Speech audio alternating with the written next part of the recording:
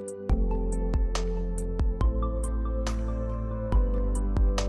salut à tous, c'est Axel et aujourd'hui je vais vous parler de câbles. Alors récemment j'ai reçu un mail d'une entreprise qui fait des câbles personnalisés, je me suis dit mais qu'est-ce que c'est?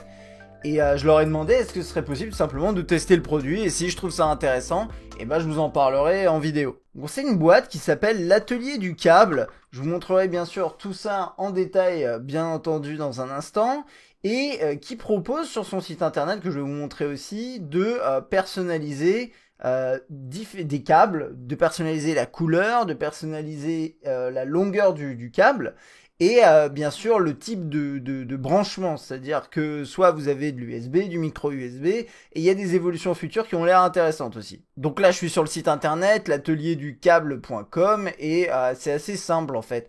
Vous pouvez créer votre câble, mais je vais vous montrer rapidement ce qu'ils disent. Donc en gros ils disent vous pouvez personnaliser votre truc, ils disent qu'ils sont réellement solides, ils ont l'air effectivement solides, après j'ai pas testé la solidité du truc, mais ça a l'air pas mal. Ils sont haute performance, mais après je vais vous montrer les détails un peu techniques.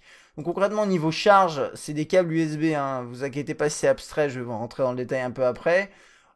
Ça je sais pas, c'est un type apparemment de câble que, enfin personnellement je connais pas, ceux qui sauront, voilà, me diront, on peut monter jusqu'à 2 plus ampères, 2 ampères et plus j'ai l'impression.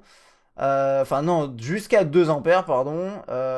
USB 2.0, donc ça c'est à noter, ça peut être bien, après c'est peut-être pas suffisant pour certains usages. Notez également ici que c'est écrit là, hein, si vous voulez recharger un appareil, il est déconseillé de dépasser le double de la longueur du câble vendu avec votre appareil. Et il est déconseillé de dépasser une longueur totale de 5 mètres si vous transférez des données. Voilà. Et ensuite ici, ils disent que c'est compatible apparemment Quick Charge et Samsung Fast Charging. Ça c'est des éléments que j'ai pas pu tester. Donc quand vous êtes là-dessus, vous faites créer mon câble et vous vous retrouvez sur cette interface là.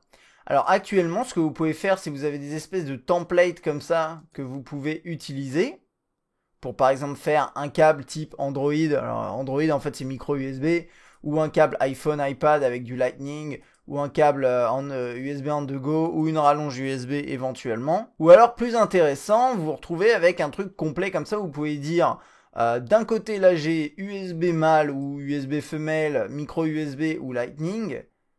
Donc par exemple je vais faire mâle et puis je peux le mettre en bleu, voilà. Là après de l'autre côté je peux dire bah ça dépend ce que vous voulez faire, ça peut être un câble micro USB un peu coloré, il n'y a pas beaucoup de couleurs pour l'instant. Ou bien je peux faire une rallonge, on va dire une sorte de, pas rallonge USB, mais c'est, ouais si c'est un peu ça, mais c'est un double mâle, ça peut être utile dans certains cas.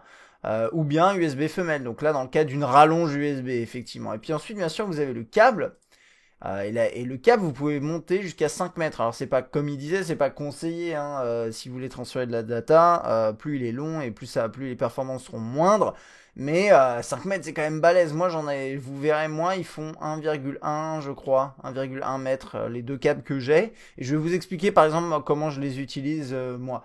Donc au niveau des tarifs, bah regardez en bas, là on est à 15,90 € pour un câble de ce type là de 1,1 m. Si je monte jusqu'à 5, on est à 22 €, donc c'est pas donné, mais après c'est des câbles de qualité et que vous pouvez personnaliser, donc c'est quand même intéressant. Donc quand vous faites votre commande, après vous recevez en fait ce que vous avez commandé assez rapidement. Moi j'ai fait ma commande, je l'ai reçu 2 jours après, max je crois. Donc après ça c'est quand même pas mal. Et vous recevez ça dans une petite boîte comme ça. Et alors dans la boîte, bon attendez, là il y en a une qui est vide.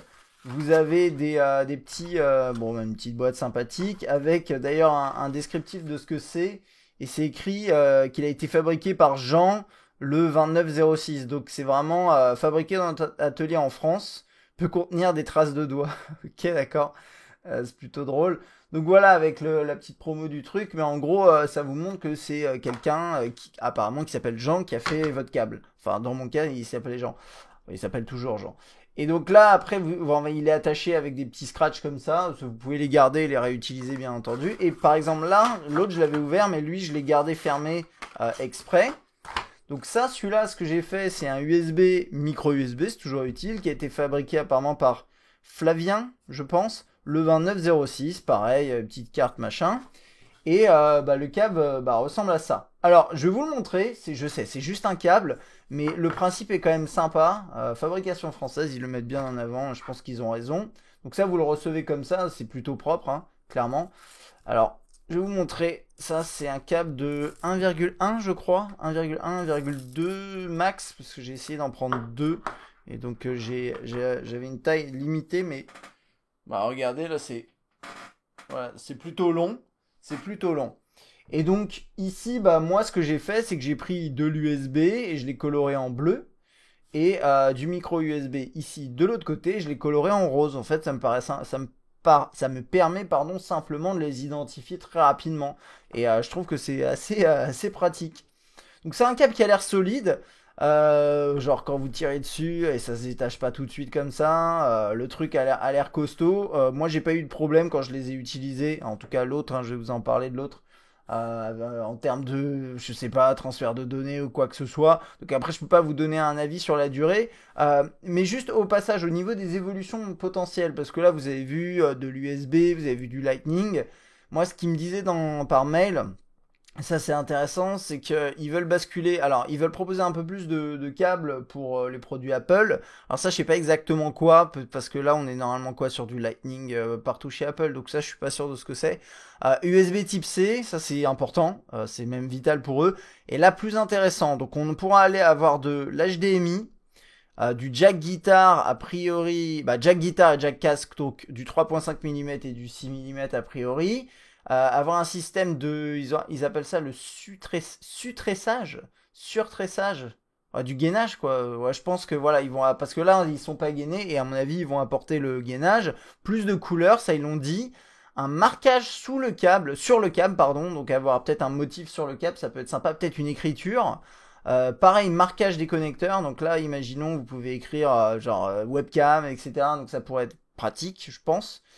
Et la forme des connecteurs, ils pourront être capables de proposer à la fois du coudé, enfin du droit, là c'est du droit, et du coudé. Et le coudé, ça peut être super intéressant.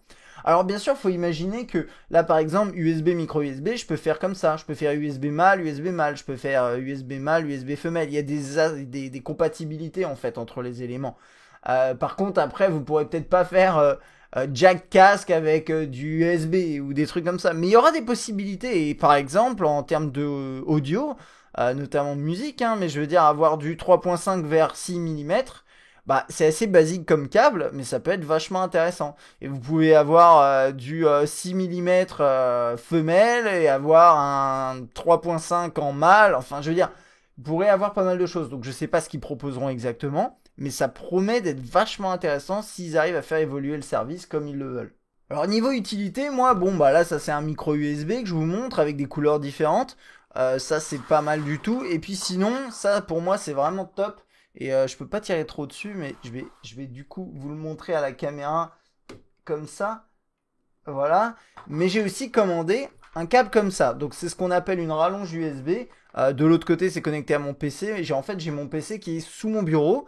Et c'est assez chiant, ça c'est un exemple concret, hein, mais c'est assez chiant pour moi de descendre sous le bureau, aller brancher mes trucs, parce que j'ai une config à la con, quoi. Et du coup, je me suis dit, ok, je vais m'acheter une rallonge USB.